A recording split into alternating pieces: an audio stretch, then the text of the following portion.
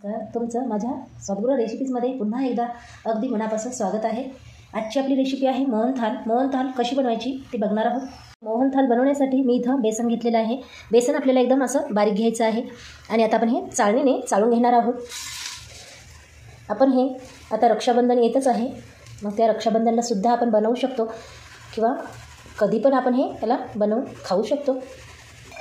चाळणीने गाळून घेतल्यामुळे काय होईल, जे याच्यामध्ये डाळीचे कण असतात ते किंवा कचरा वर आपला राहतो आणि मग बारीक बेसन खाली पडतं, म्हणून आपल्याला हे गाळून घ्यायचं आहे। आता मी याला असं गाळून घेतलं आणि आता हे पुन्हा चमच्या साहाय्याने याला असं आपण थोडं दाबून घेऊया।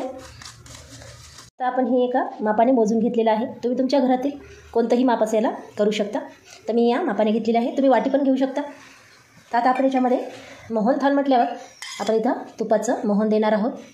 आता हे पोहे खायचा चम्मच आहे मोठा, या चम्मचने मी याच्यामध्ये 2 चम्मच तूप घालून घेणार आहे आणि याला आपण असं थोडं हाताने मिक्स करून घेणार आहोत।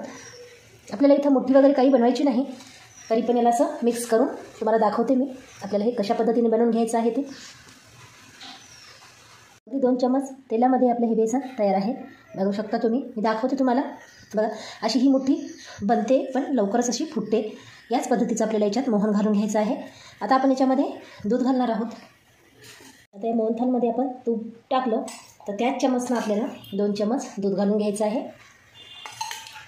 आता इथं दुधाचं पण आपण मोहन देऊन घेणार आहोत। दूध मी इथं कोमट घेतलेलं आहे। आता आपल्याला हे मिक्स करून घ्यायचं आहे आणि अगदी हलक्या हाताने याला असं मिक्स करून घ्यायचं आहे, जास्त आपल्याला इथं दाबून घ्यायचं नाही। आता हे याच्यामध्ये दाणे तयार होतात बेसनामध्ये आणि जे आपली मोहनथाल आहे ते अगदी रवेदार बनून तयार होते, म्हणून आपल्याला इथं हलक्या हाताने असं बेसन चोळून घ्यायचं आहे। पुन्हा आपण असं दोन्ही हाताने याला हातावर घासून घ्यायचं आहे। बघा मस्त असे दाणे तयार झालेले आहेत त्याच्यामध्ये, आणि याचे दाणे असे ठोकर असले तर थोडे असे याला फोडून घ्यायचं। आपलं बेसन हे तयार झालेलं आहे, मस्त असे दाणे तयार झालेले आहेत बेसनामध्ये। आता आपण मोहनथाल करायला घेऊया। मोहनथाल बनवायची म्हणजे आपल्याला इथे कढई लागणार आहे। आता कढई मी इथं पांढरी घेतलेली आहे, तुमच्याकडे जर लोखंडाची असेल तर तुम्ही लोखंडाची पण घेऊ शकता। लोखंडाच्या याच्यामध्ये पण छान अशी मोहनथाल तयार होते। आता आपण याच्यामध्ये या वाटीने 1 वाटी तूप घालून घेतलं। आपण जे बेसन तयार केलं होतं ते याच्यामध्ये टाकून घेणार आहोत आणि याला मिक्स करून घेऊया तुपामध्ये, आणि आपल्याला याला मस्त 25 ते 30 मिनिट याला भाजून घ्यायचं आहे। आता बघा, पहिले जर तूप गरम असेल तर त्याच्यामध्ये बेसन घाला आणि नंतर गॅस मंद आचेवर करायचा, नंतर भाजून घ्यायचं। त्यामुळे काय होईल, बेसन करपणार नाही आणि बेसन छान भाजल्या जाईल, म्हणून आपल्याला इथं पहिल्यांदा गॅस मोठा करायचा, नंतर मंद करायचा आहे। आता इथं गॅस माझा मोठा आहे, आता मी लहान करणार आहे। हळूहळू आपलं तूप आहे ते सुटायला लागतं आणि नंतर मग हे पातळ होतं। याच पद्धतीने आपल्याला हे पातळ करून घ्यायचं आहे। आणि जे बेसनामध्ये आपण दाणे तयार केले होते ते आपल्याला फोडून घ्यायचे नाही, तसेच असे याच्यामध्ये टाकून भाजून घेणार आहोत। मी गॅस मोठा केला आणि याला आता आपल्याला लवकर इथं हात असा चालवायचा आहे।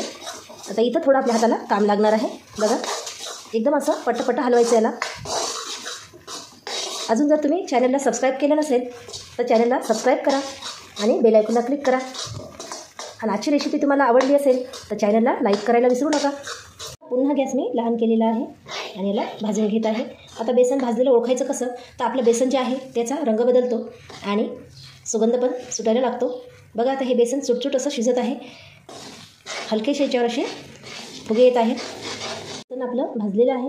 आता मी गॅस बंद केला आणि याला कढई थंड होईपर्यंत आपल्याला याला असं हलवून घ्यायचं आहे, नाही तर कढई जी गरम असते तर बेसन मग हे बुडायला लागते आणि मग करपट होते।